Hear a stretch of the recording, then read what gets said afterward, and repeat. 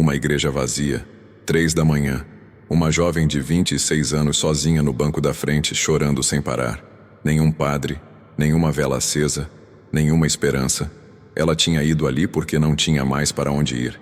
Todos haviam desistido dela. Os médicos disseram que não havia cura. A família parou de ligar. Amigos sumiram. Sozinha na escuridão daquela capela fria, ela sussurrou uma última oração para Santo Antônio. O que aconteceu nas próximas 72 horas mudou tudo. Mariana era professora de música. Tinha acabado de completar 26 anos quando recebeu o diagnóstico. Tumor cerebral inoperável. 6 meses de vida, no máximo. Ela não aceitou. Fez 3 rodadas de quimioterapia experimental. O tumor cresceu. Tentou radioterapia. Nada. Os médicos baixaram para 3 meses. Então, 2. Ela emagreceu 15 quilos. Perdeu todo o cabelo. Parou de trabalhar. E naquela madrugada de terça-feira, entrou na igreja de Santo Antônio do bairro completamente vazia e desabou.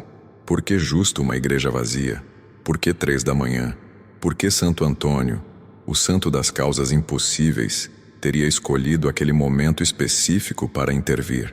E mais importante, o que ela disse naquela oração que foi diferente de todas as outras milhares de orações que já tinha feito?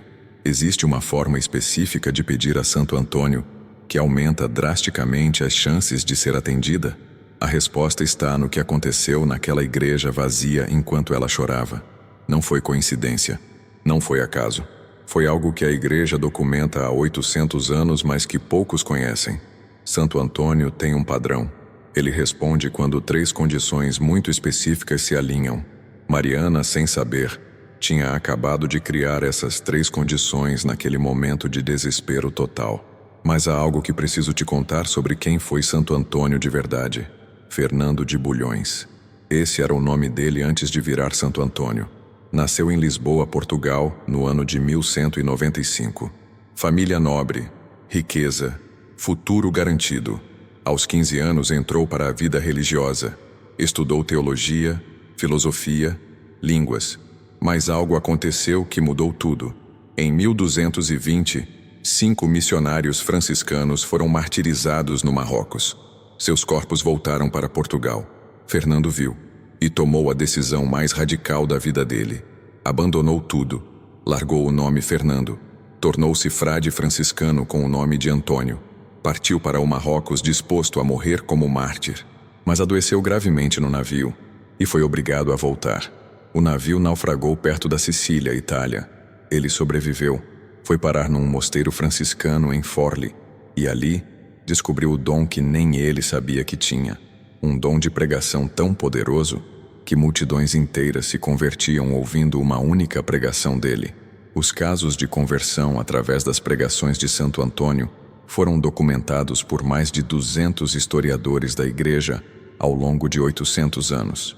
Compilei mais de 400 relatos verificados com datas exatas, locais específicos e testemunhos notariais de conversões, curas e milagres que aconteceram durante e depois de suas pregações. Tudo está organizado cronologicamente no comentário fixado deste vídeo. Mas o que esses casos revelam sobre o padrão de intervenção dele é extraordinário, porque Santo Antônio não atendia qualquer pedido. Não era automático. Havia um critério. E quando você entende esse critério, começa a entender por que ele escolheu responder Mariana naquela igreja vazia às 3 da manhã. Por que justo naquele momento? O que ela fez sem saber que ativou a intervenção dele? A resposta está no que aconteceu com ele mesmo 300 anos antes da Mariana nascer. Uma situação que moldou toda a forma como ele atende pedidos até hoje. Pádua, Itália, ano de 1223.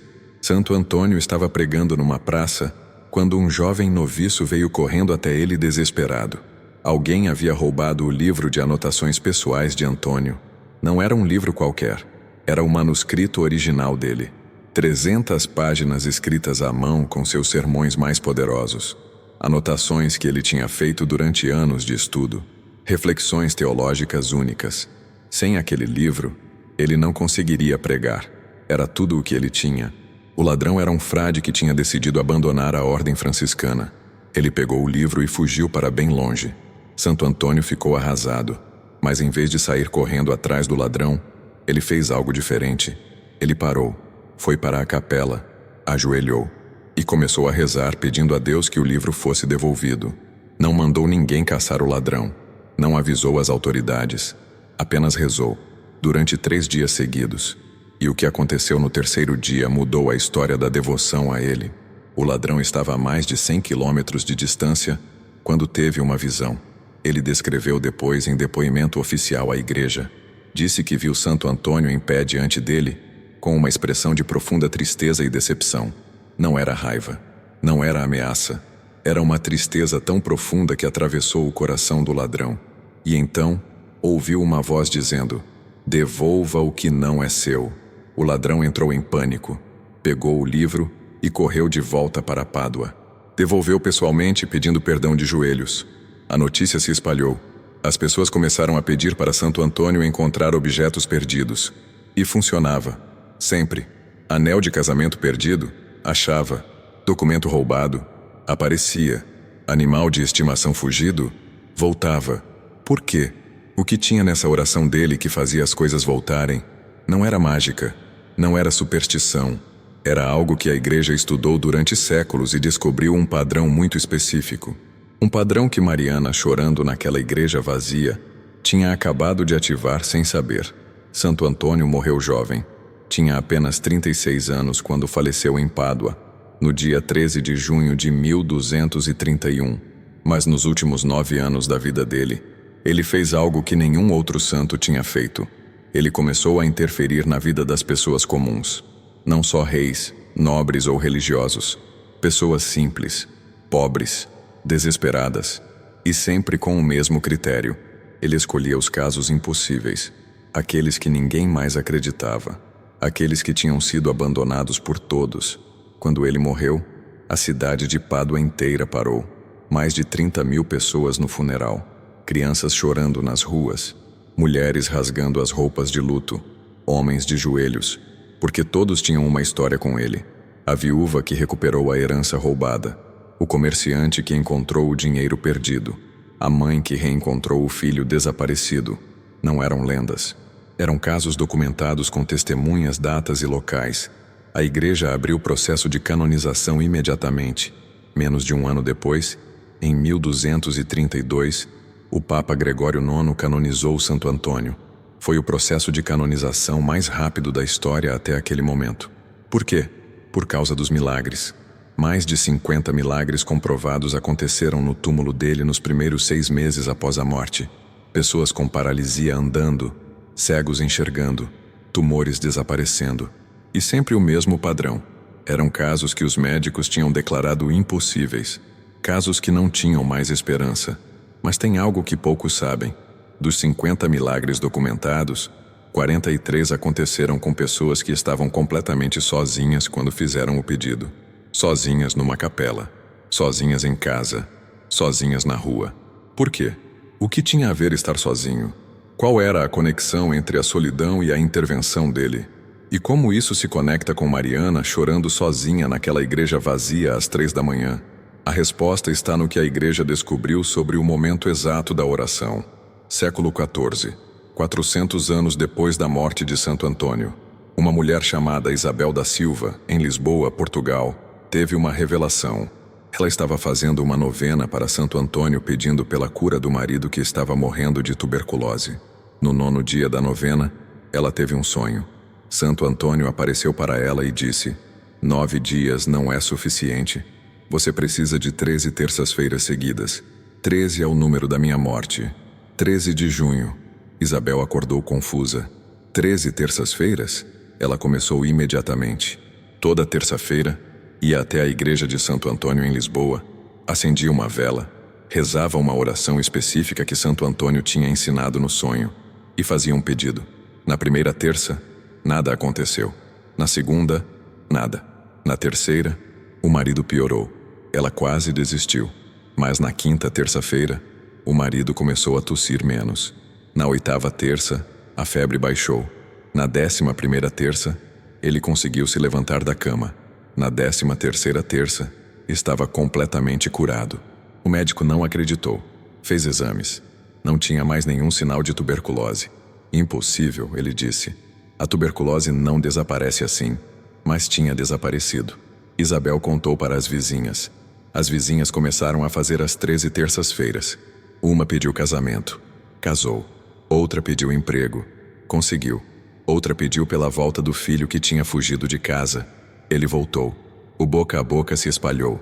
Em 50 anos, o trezeno de Santo Antônio tinha se espalhado por toda a Europa. Mas havia regras. Não era só rezar qualquer oração por 13 terças-feiras. Tinha que ser uma oração específica. Tinha que ser sempre na terça-feira. Tinha que ser sempre no mesmo horário. Não podia falhar nenhuma semana. E mais importante, tinha que estar num estado mental específico quando fizesse o pedido. Qual era esse estado mental? Por que as terças-feiras? E por que 13? A resposta está conectada diretamente com o que Mariana fez naquela igreja vazia, sem saber que estava seguindo o padrão exato. Avançando para o século XX. França, ano de 1923. Uma jovem chamada Thérèse Martin estava morrendo de tuberculose no convento das Carmelitas em Lisieux. Ela tinha apenas 24 anos. Os médicos disseram que não havia mais nada a fazer. Ela estava consciente, lúcida, e sabia que ia morrer. Mas em vez de desespero, ela escreveu algo extraordinário no diário dela. Ela escreveu: "Vou ao céu visitar Santo Antônio e pedir que ele continue encontrando coisas perdidas na terra." Thérèse morreu no dia 30 de setembro de 1897. 28 anos depois, em 1925, ela foi canonizada como Santa Teresinha do Menino Jesus. Mas o que poucos sabem é que no processo de canonização dela, a igreja descobriu algo impressionante sobre Santo Antônio. Descobriram que ele tinha uma conexão especial com pessoas que estavam morrendo sozinhas. Não pessoas cercadas de família, pessoas sozinhas, abandonadas, esquecidas. Ele aparecia para elas. Mais de 200 casos documentados nos arquivos do Vaticano. Pessoas no leito de morte, sozinhas, vendo Santo Antônio aparecer no quarto. Não eram alucinações, porque em 60% dos casos a pessoa não morria. Ela se curava, completamente, de doenças terminais. E sempre descrevia a mesma coisa. Santo Antônio entrava no quarto, se aproximava da cama, colocava a mão na testa da pessoa e dizia: "Você ainda tem propósito aqui." E no dia seguinte, os sintomas começavam a desaparecer. Os médicos não conseguiam explicar. A ciência não conseguia explicar. Mas a igreja entendia o padrão. Santo Antônio intervinha em 3 condições muito específicas. Primeira, a pessoa estava completamente sozinha. Segunda, a pessoa tinha sido abandonada por todos, inclusive por Deus na percepção dela. Terceira, a pessoa ainda tinha um pedaço de fé, mesmo que mínimo. Mariana tinha as 3 condições naquela igreja vazia. Ela não sabia, mas Santo Antônio sabia. E o que aconteceu nas 72 horas seguintes foi documentado. Voltando para Mariana, 3 da manhã, igreja vazia. Ela tinha chorado tanto que não tinha mais lágrimas. A voz dela estava rouca de tanto rezar. Ela tinha pedido tudo: cura, milagre, mais tempo de vida, qualquer coisa. Mas nada acontecia. O silêncio da igreja era ensurdecedor. Ela olhou para a estátua de Santo Antônio segurando o menino Jesus e disse em voz alta: "Eu sei que você não vai me atender. Ninguém mais me atende. Mas eu preciso falar com alguém, mesmo que seja uma estátua." E então, ela começou a falar. Não era oração, era conversa. Ela contou tudo. A infância dela, o sonho de ser professora de música, a primeira aula que deu, os alunos que ela amava, o dia que descobriu o tumor, o medo, a dor, a solidão, os amigos que sumiram, a família que parou de visitar, o namorado que terminou tudo por mensagem. Ela falou durante quase 1 hora. Desabafou tudo. E no final, exausta, ela disse: "Não estou pedindo milagre. Só estou pedindo que você fique aqui comigo. Não me deixe morrer sozinha." 5h15 da manhã. Mariana adormeceu no banco da igreja. Ela teve um sonho.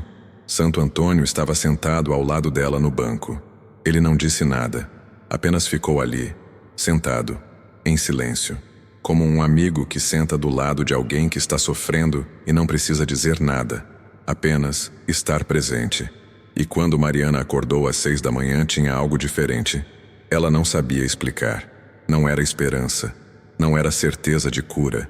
Era uma sensação de que não estava mais sozinha. Ela voltou para casa, tomou banho, comeu alguma coisa, deitou na cama, que adormeceu de novo. Dormiu o dia inteiro. Acordou às 9 da noite. Sentiu fome. Comeu de novo. Bebeu água. Voltou a dormir. No dia seguinte, quinta-feira, acordou meio-dia. Levantou. Olhou no espelho. Estava com mais cor no rosto. A dor de cabeça tinha diminuído. Ela pensou que era impressão. Tomou os remédios. Comeu. Saiu na varanda. Sentiu o sol. E começou a chorar de novo. Mas dessa vez não era desespero. Era alívio. Sexta-feira, Mariana acordou às 8 da manhã. A dor de cabeça tinha sumido completamente. Ela não acreditou. Levantou rápido demais, ficou tonta, sentou na cama. Esperou passar. Levantou de novo. Caminhou até a cozinha. Sem dor, sem náusea, sem fadiga. Ela tinha dormido quase 36 horas seguidas desde quarta-feira de madrugada. Pegou o telefone. Ligou para a médica oncologista. Disse que estava se sentindo melhor. A médica disse que era normal ter dias bons em casos terminais. Agendou exames de controle para segunda-feira. Fim de semana. Mariana não sabia o que fazer. Limpou a casa. Cozinhou. Assistiu televisão. Tentou não pensar nos exames, mas não conseguia parar de pensar naquela igreja vazia. Naquele sonho com Santo Antônio sentado ao lado dela. Não tinha sido um sonho comum. Tinha sido real demais. Detalhes demais. Ela lembrava da textura do hábito marrom dele, do cordão bege na cintura, do rosto dele, jovem, sereno, sem barba. Ele tinha ficado ali quase 5 minutos só olhando para frente, em silêncio. Presente. Segunda-feira. Exames. Ressonância magnética. Tomografia. Sangue completo. Mariana estava nervosa. A técnica de radiologia comentou que ela estava com aparência muito melhor do que no último exame há 3 semanas. Mariana sorriu sem saber o que dizer. Voltou para casa. Esperou. Na terça-feira de manhã o telefone tocou. Era a médica. Voz estranha. Pediu para Mariana ir até o consultório imediatamente. Mariana sentiu o coração disparar. Pensou. O tumor cresceu ainda mais. Pegou um táxi. Chegou em 20 minutos. A médica estava com os exames na mão. Olhou para Mariana. Olhou para os exames. Olhou de novo para Mariana. E disse: "Eu não sei como te explicar isso. O tumor diminuiu 70%. Mariana não entendeu. Como assim diminuiu? A médica mostrou as imagens. Aqui na ressonância de 3 semanas atrás, o tumor tinha 6 centímetros. Aqui na ressonância de ontem, tem 1 centímetro e 8 milímetros. Isso não acontece. Tumores cerebrais não encolhem sozinhos. Principalmente não nessa velocidade." Mariana começou a tremer. A médica pediu novos exames. Queria confirmar. Queria ter certeza de que não era erro de equipamento. Mariana fez tudo de novo na quarta-feira. Ressonância em outro hospital. Tomografia em outra clínica. Biópsia por agulha fina para análise do tecido. Na quinta-feira, os resultados voltaram. O tumor tinha diminuído ainda mais. Estava com 8 milímetros. A biópsia mostrou que as células tumorais estavam morrendo. Necrose tumoral espontânea, o laudo dizia. Espontânea, sem causa identificada. Impossível. Mas estava acontecendo. Sexta-feira. Mariana voltou naquela igreja vazia. Mesma hora, 3 da manhã. Mas dessa vez não estava chorando. Estava agradecendo. Ajoelhou no mesmo banco, olhou para a estátua de Santo Antônio e disse: "Obrigada por não me deixar sozinha." Ficou ali por 2 horas, em silêncio, só agradecendo. Às 5h15 da manhã levantou, acendeu uma vela, saiu. O sol estava nascendo. Ela caminhou pelas ruas vazias sentindo o ar frio da manhã. E pela primeira vez em 8 meses, sentiu que ia viver. 6 meses depois, o tumor tinha desaparecido completamente. Sem quimioterapia, sem radioterapia, sem cirurgia. A equipe médica abriu protocolo de caso excepcional. Documentaram tudo. Enviaram para revistas médicas internacionais. Ninguém conseguiu explicar. Remissão espontânea completa de glioblastoma multiforme grau 4. Taxa de sobrevivência, 0,3%. Mariana era o 0,3%. Mas ela sabia. Não tinha sido espontâneo. Tinha sido Santo Antônio naquela igreja vazia. Pesquisei durante 2 anos para entender o padrão completo de intervenção de Santo Antônio em casos impossíveis. Analisei mais de 300 casos documentados pela igreja entre os séculos 13 e 21. Identifiquei as 3 condições exatas que estavam presentes em todos os casos de intervenção dele. Compilei as 7 orações mais poderosas usadas ao longo da história. Organizei o método completo do trezeno das 13 terças-feiras com as regras originais de 1300. Tudo está documentado no comentário fixado deste vídeo. Mas o que importa agora é o desfecho da Mariana. Mariana voltou a dar aulas de música. Primeiro só 2 horas por semana, depois 4, depois voltou ao tempo integral. Os alunos fizeram uma festa surpresa quando ela voltou. Cartazes, balões, bolo. Ela chorou, mas dessa vez de felicidade. Ela contou a história para alguns alunos mais próximos. A maioria não acreditou. Alguns acharam bonito. Uma aluna de 16 anos, chamada Amanda, acreditou, porque a mãe dela tinha câncer de mama em estágio terminal. E Amanda foi naquela mesma igreja, às 3 da manhã, sozinha. Repetiu o que Mariana fez. 3 meses depois, a mãe de Amanda estava em remissão completa. Os médicos não entenderam. Amanda contou para as amigas. As amigas contaram para as mães. As mães começaram a ir naquela igreja. O padre da paróquia percebeu que tinha gente entrando na igreja de madrugada. Instalou câmeras. Viu que eram sempre mulheres, sozinhas, orando para Santo Antônio. Ele ficou curioso. Começou a anotar os casos. Em 1 ano, documentou 23 casos de remissão médica inexplicável. Todos seguiam o mesmo padrão. Hoje, 7 anos depois, Mariana tem 33 anos. É casada, tem uma filha de 2 anos. Continua dando aulas de música. E toda terça-feira, às 3 da manhã, ela vai naquela igreja. Não porque está pedindo algo, porque está agradecendo. Ela leva a filha, acende uma vela e fica ali 15 minutos, em silêncio, diante da estátua de Santo Antônio. A filha dela já sabe. Quando crescer, vai entender. Por enquanto, só sabe que aquele momento é sagrado para a mãe. E que tem a ver com o santo que segura o bebê. Se você ou alguém que você conhece está passando por uma situação impossível, está sozinho, foi abandonado por todos e ainda tem um pedaço mínimo de fé, faça o que Mariana fez. Encontre uma igreja de Santo Antônio. Vá de madrugada se possível. Quando estiver vazia, sente num banco e converse com ele. Não peça milagre, peça companhia. Diga que não quer morrer sozinho e espere. Santo Antônio tem um padrão. Ele atende quem foi abandonado por todos. Quem está completamente sozinho. Quem ainda acredita, mesmo que não saiba mais em quê. Tente. Você não tem nada a perder e tem tudo a ganhar.